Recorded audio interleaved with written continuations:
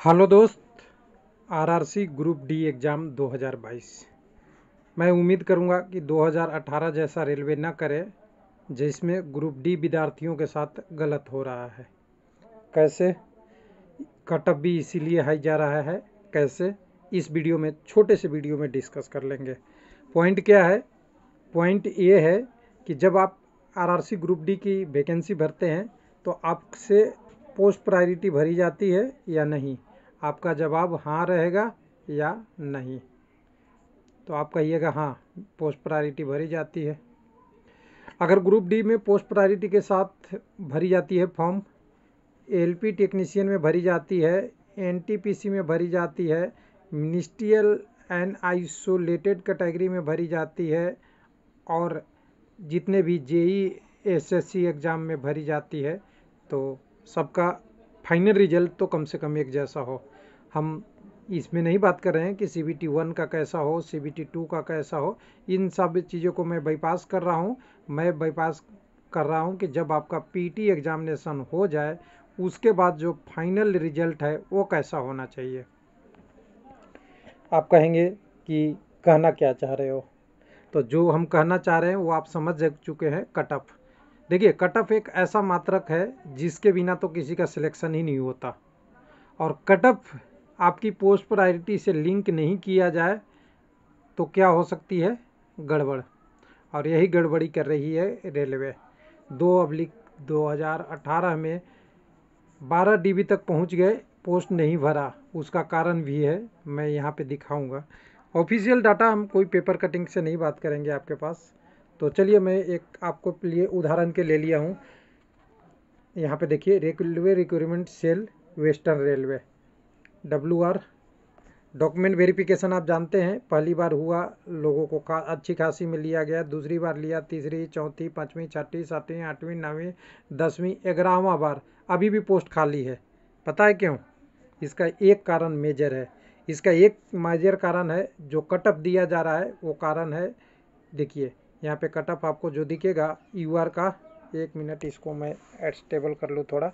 हाँ, यहाँ से अगर कटअप की बात करेंगे तो यूआर का, ओबीसी का, एससी का, एसटी का, ये क्या वो कोई यूनिट है? ये तो यूनिट तो है, कम्युनिटी का यूनिट है। उसके बाद एक सर्विसमैन, ओबीसी वगैरह, फिर नीचे में पीडब्ल्यूडी वगैरह वगैरह वगैरह, सब यूनिट हैं। लेकिन ये पूर्ण यूनिट नहीं है। मैं कहूँ कि फर्स्ट स्टेज में यूआर के लिए 76 गया था, तो यूआर में कितने पोस्ट थे? तो आप कहिएगा 15 भी हो सकते हैं, 16 भी हो सकते हैं, 17 भी, या 12 भी, या 10 भी, कोई भी जरूर होंगे। एक से ज़्यादा होंगे। एक से क्या होगा? ज़्यादा होगा। तो चलिए एक से ज़्यादा आपको दिखाते हैं कैसे हैं। ऑफिशियल हम समझाएंगे थोड़ा सा, तो आप समझ में आपको बाद में आएगा थोड़ा। यहाँ पे मैं आपकी 1/19 वाला वैकेंसी खोल लिया हूँ। इसी तरह आप 1/18 भी खोल लीजिएगा, उसमें भी वैकेंसी टेबल ऐसे ही था। कैसा? जिसमें बोला गया असिस्टेंट वर्कशॉप में चाहिए, असिस्टेंट ब्रिज में चाहिए, CNW में चाहिए, डिपो में चाहिए, लोको शेड में चाहिए, और सबका मेडिकल स्टैंडर्ड अलग अलग, सबकी पोस्ट भी अलग। और हम केवल एक एग्जांपल लिए हैं मुंबई का। इसी तरह ये 16 आरआरसी है, तो 15 आरआरसी और मिलेंगे। इसी तरह सबकी अलग अलग पोस्टें हैं। तो रेलवे ने तो इसको तो देख लिया, आपकी यूआर तो देख ले रहा है। जब आपकी कटअप बना रहा है तो यूआर देख रहा है, एससी देख रहा है, एसटी देख रहा है, ईडब्ल्यूएस देख रहा है। ये पिछली बार ईडब्ल्यूएस नहीं था, इस बार देखेगा। ये तीनों तो देख रहा है। आपकी एक सर्विसमैन देख रहा है, आपका पीडब्ल्यूडी कैंडिडेट देख रहे हैं। लेकिन ये पोस्ट क्यों नहीं देख रहा है? ये पोस्ट की कटअप अलग नहीं आनी चाहिए? तो आप कहिएगा कि आनी चाहिए। तो कहें कि इससे कटअप कम कैसे हो जाता, और कॉमन कटअप आ रहा है तो हाई क्यों हो रहा है?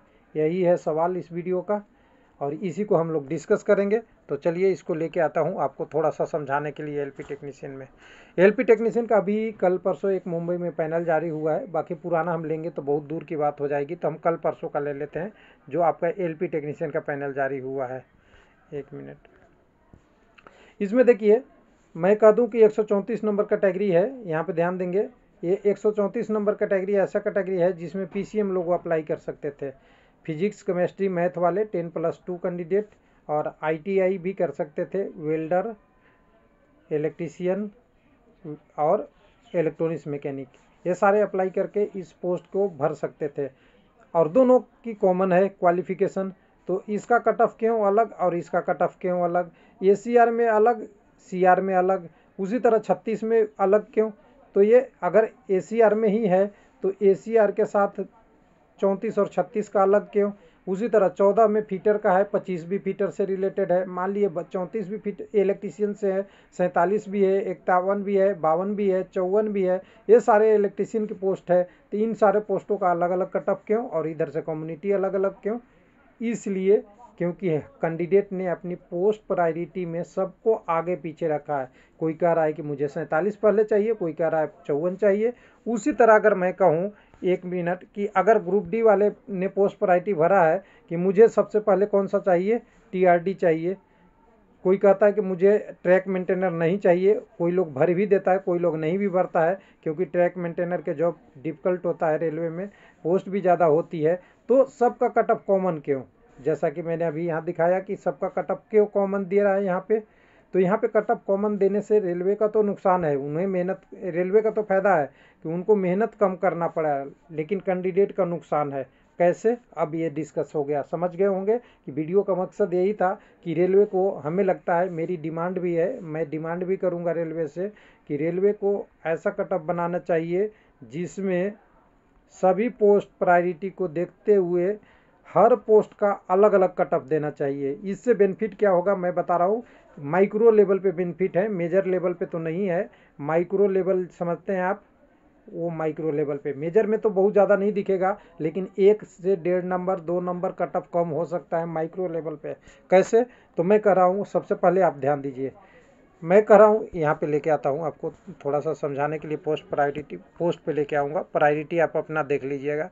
मैं कहता हूँ कि कोई कैंडिडेट है, 1 मिनट, यहाँ पे कोई कैंडिडेट है कि कह रहा है कि ट्रैक मेंटेनर नहीं चाहिए मुझे। ध्यान दीजिएगा, ट्रैक मेंटेनर मुझे नहीं चाहिए। और वो कैंडिडेट UR का हो सकता है, SC का, ST, OBC, EWS, किसी से भी हो सकता है, PWD, एक सर्विसमैन, किसी से हो सकता है। अगर उसे नहीं चाहिए तो ये जो 3,3200 वैकेंसी है, इतने में से उसके लिए तो वैकेंसी 6,000 हो जाएगी। तो रेलवे ये 6,000 तो देती है, लेकिन जब उसका डॉक्यूमेंट वेरिफिकेशन जब की बारी आती है, उस समय जितने भी कैंडिडेट हैं सबके साथ उसका भी नाम रहता है, जो कैंडिडेट ट्रैक मेंटेनर नहीं लेना चाहता। लेकिन रेलवे क्या करता है कि ट्रैक मेंटेनर का भी कट ऑफ वही, असिस्टेंट का भी वही, ट्रैफिक का भी वही, SNT का भी वही, इंजीनियरिंग का भी वही, इलेक्ट्रिकल का वही, जिसके कारण से ये जिसमें ज़्यादा डिमांड है, किसमें ज़्यादा डिमांड है, उसका कट ऑफ और कम डिमांड वाला का कट ऑफ बराबर हो रहा है। और ये बराबर होने के कारण से समस्या क्या हो रही है, जो कैंडिडेट कम नंबर ला रहे हैं उनका सिलेक्शन नहीं होता, और जो कैंडिडेट ज़्यादा नंबर ला लिए उनका सिलेक्शन हो जाता है। हालांकि एक और फिल्टर है, दूसरा फिल्टर ये है कि जो ट्रैक मेंटेनर नहीं भरा उसको नहीं मिलेगा, लेकिन कट ऑफ जो आएगी वो कॉमन आ गई UR का, जो लास्ट कैंडिडेट से देख के किसी तरह से बनाया, वहाँ पे माइक्रो लेवल पे चेंज हो सकता है। जब इसकी कट ऑफ अलग आएगी तो इसमें जो कैंडिडेट अप्लाई किया है इस पोस्ट प्रायोरिटी का, उसी को देखा जाएगा ना, कि पूरी कॉमन के साथ देखा जाएगा। तो ये बहुत बड़ा मिस्टेक है, और इस मिस्टेक को अगर रेलवे को सुधार ले तो हो सकता है 2/18 में जो गलतियां हुई है वो 1/2019 में RRC वाले में ना हो, और कुछ लोगों को और कल्याण हो जाए, अच्छा से कुछ नंबर 1-2 नंबर कम हो जाए, जिससे लोगों को भलाई हो। तो मेरा तो ये डिमांड है रेलवे से कि ऐसा करना चाहिए। पोस्ट प्रायोरिटी आपने लिया है तो पोस्ट प्रायोरिटी के हिसाब से दीजिए जॉब। हालांकि आप कहिएगा कि मुझे पता है कि मिनिमम क्वालिफिकेशन 10th ही है, अगर 10th है तो सबका कॉमन होगा। कॉमन नहीं हो सकता जब आपने पोस्ट प्रायोरिटी दे रखा है। अगर पोस्ट प्रायोरिटी नहीं होता तो कॉमन हो जाता सबका, कोई इशू नहीं है, लेकिन पोस्ट प्रायोरिटी है तो फिर कॉमन का टफ क्यों। थैंक यू, धन्यवाद।